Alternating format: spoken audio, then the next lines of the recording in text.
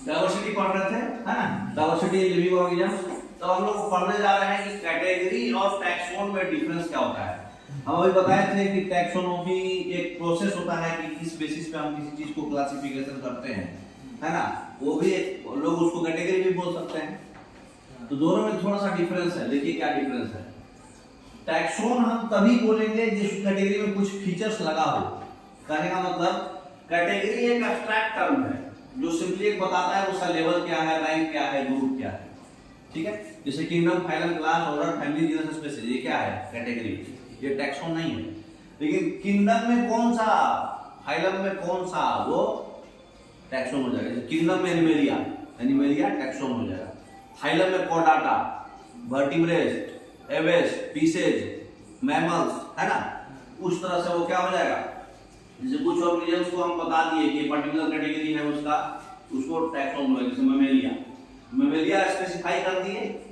तो जब आप फीचर्स उसका एसोसिएट बता दिए तो वो टैक्सोन कराएगा, कैटेगरी नहीं, ठीक है। मतलब हम स्पेसिफाई कर चुके पर्टिकुलर कैटेगरी को, ठीक है ना, वो टैक्सोन होगा। तो जितना भी कैटेगरी है वो टैक्सोन है, लेकिन जितना भी टैक्सोन है वो कैटेगरी नहीं है। ये अंतर डिफरेंस समझ में आ जाएगा। तेरे नेक्स्ट लिखा होगा एक बार। अब बताइए इसमें कौन सा कैटेगरी टैक्सोन में आएगा। देखिए नेक्स्ट, ये ऑर्थ्रोपोडा है ना, फाइलम कैटेगरी में ऑर्थ्रोपोडा कौन सा आएगा, ये तीनों क्या हो गया, टैक्सोन हो गया, ठीक है ना, मतलब अंदर में गए थोड़ा, ये टैक्सोन हो गया। ये सिंपली एक ग्रुप हुआ है ना। नेक्स्ट, तो टैक्सोन जो है इंसेक्ट्स का क्या होता है, ऑर्थ्रोपोडा, लेकिन कैटेगरी तो उसका फाइलम है। हाँ, तो फाइलम के अंदर हम क्या कहें, एनिमल्स का टैक्सोन एनिमेलिया है, लेकिन कैटेगरी उसका किंगडम है, ठीक है ना। सो हम अंदर जाएंगे तो टैक्सोन हो जाएगा। तो टैक्सोन का जो जितना भी टैक्सोन है वो कैटेगरी है, लेकिन जितना भी कैटेगरी है वो जरूरी नहीं है कि टैक्सोन होगा। अंदर का माल है टैक्सोन, है ना। तो ऑर्थ्रोपोडा और फाइलम दोनों कैटेगरी है, लेकिन एनिमेलिया और किंगडम ये भी दोनों कैटेगरी है।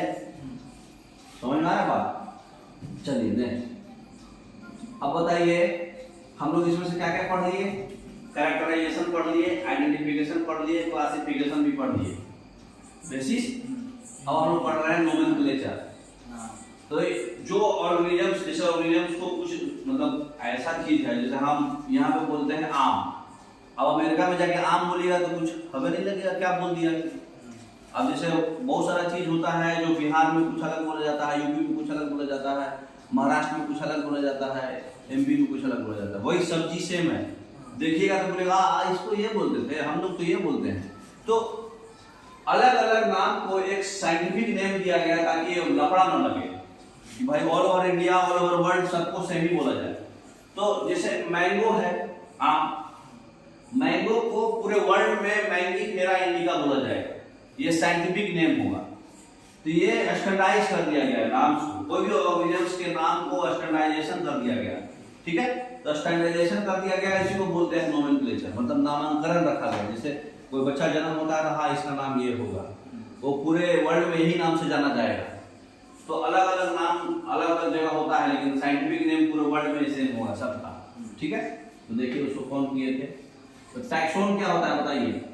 Group of related species. ये क्वेश्चन जानबूझ के छोड़ दिए थे उस टाइम। चलिए नेक्स्ट देखिए क्या होता है।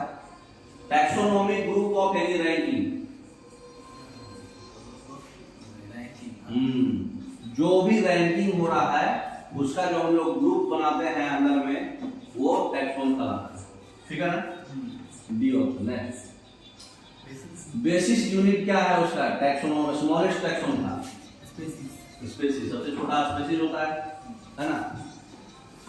नेक्स्ट, अब आ जाइए नोमेनक्लेचर में। नोमेनक्लेचर जो होता है दो टाइप का होता है, मतलब दो चीज रहता है उसमें, जीनस और स्पीशीज, और उसको बोलते हैं बाइनोमियल नोमेनक्लेचर। पूछता भी है मोनोमियल, बाइनोमियल, इस तरह से। इसका सबसे पहले जो नेमिंग किए थे उसमें दो कंपोनेंट था, बाइनोमियल, इसलिए बोलते हैं बाइनोमियल, दो, बाइ मतलब दो। ये प्रपोज कौन किए थे, कैरोलस लिनियस, ये साहब कैरोलस लिनियस। तो जैसे पैंथेरा टिग्रिस है टाइगर, तो पैंथेरा उसका जीनस होगा, टिग्रिस उसका स्पीशीज नहीं होगा। अब आप थोड़ा सा ब्रॉड सेंस में आ जाइए। क्लास 9th में हम स्पीशीज पढ़ लेते थे, अब हम लोग क्लास 11th में आ गए हैं। तो क्लास 11th में उसको स्पीशीज नहीं बोल के स्पेसिफिक एपिथेट बोलते हैं। उसका डिग्री जो है, अब एग्जाम में अगर आपका जैसे नीट का एग्जाम हो रहा है, मेडिकल का एग्जाम हो रहा है, उसमें अगर ऑप्शन में स्पीशीज देगा और स्पेसिफिक एपिथेट भी देगा तो स्पीशीज मानिएगा तो गलत हो जाएगा। स्पेसिफिक एपिथेट बोलेंगे, ठीक है ना? हाँ, नेक्स्ट। तो दो कंपोनेंट होता है, स्पीशीज नहीं होता है, देखिए काटा हुआ है ना। अब उसके आगे जो है, तो जो जीनस होता है वो हम अकेले लिख सकते हैं, ठीक है ना? जीनस अलग लिखाएगा, ये अलग लिखाएगा, याद रखिएगा ये बात। लेकिन वो स्पीशीज अलग नहीं लिखाता है, इसलिए उसको स्पीशीज नहीं बोलते हैं। स्पीशीज कभी भी अकेला नहीं लिखाता है, it is never written alone, ठीक है ना? तो बोटनिकल नेम्स जो होता है उसका कुछ रूल है। जूलॉजिकल नेम्स हो चाहे बोटनिकल, जो प्लांट्स होगा वो बोटनिकल होगा, एनिमल्स होगा जूलॉजिकल होगा।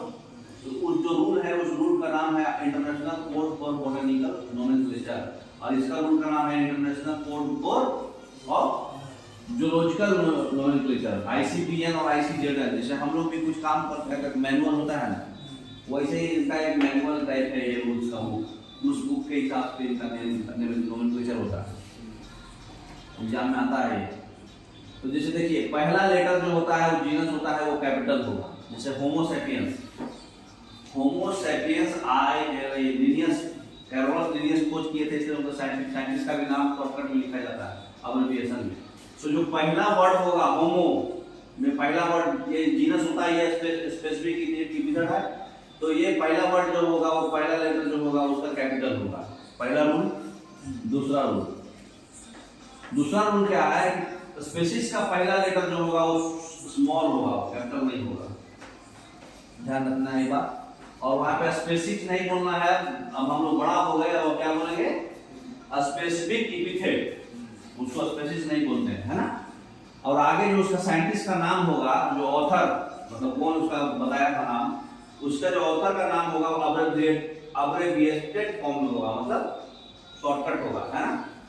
ये बता रहा है कि ये स्पीशीज जो था पहली बार कैरोलस लिनियस के द्वारा डिस्कवरी किया गया था, डिस्क्राइब किया गया था।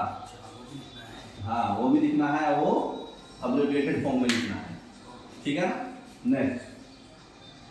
और नेम्स जो होगा वो अगर प्रिंटेड फॉर्म में लिखना है तो इटैलिक में लिखना है, टेढ़ा। और अगर हाथ से लिख रहे हैं तो उसको दोनों को अंडरलाइन कर देंगे, ठीक है? अगर हैंडराइटिंग में लिख रहे हैं तो scientific name should be separately underline, ऐसे अंडरलाइन करेंगे जीनस और स्पेसिफिक एपिथेट को, ठीक है? तो उसका साइंटिस्ट को नहीं, ठीक है ना? तो इतना सारा रूल है। चलिए क्वेश्चन पे आइए। बाइनोमियल नोमेनक्लेचर जो होता है, जो नेम का ऑथर है वो जीनस के बाद लिखते हैं, गलत है कि सही है? ऑथर का नाम कहाँ लिखते थे? इससे स्पेसिस के बाद, स्पेसिफिक एपिथेट के बाद, तो जीनस के बाद नहीं लिखते ना, तो गलत हो जाएगा, फॉल्स हो जाएगा। नेक्स्ट देख रहे हैं ना, यहाँ ये जीनस, ये उसका स्पेसिफिक एपिथेट, इसके बाद उसका ऑथर आ रहा। तो ऑथर का नाम जो है हम लोग कैसे लिखते हैं, इसके बाद लिख रहे हैं, जीनस तो यहाँ है, तो ये गलत हो गया ना। नेक्स्ट, बाइनोमियल नोमेनक्लेचर कौन दिया था? Option B, option Carolus Linnaeus दिया था। साइंटिस्ट का नाम भी फोटो में दिखाया है आपको। नेक्स्ट, नोमेनक्लेचर जो है govern by certain universal rules, ठीक है? कौन सा रूल इसमें गलत है? कॉन्ट्ररी मतलब गलत है ना? नेम जो है इटालिक में लिखते हैं, लैटिन लैंग्वेज में लिखते हैं, सही है। जब हम लोग हैंडराइटिंग से लिखते हैं तो नेम्स को अंडरलाइन करेंगे, ये भी सही है।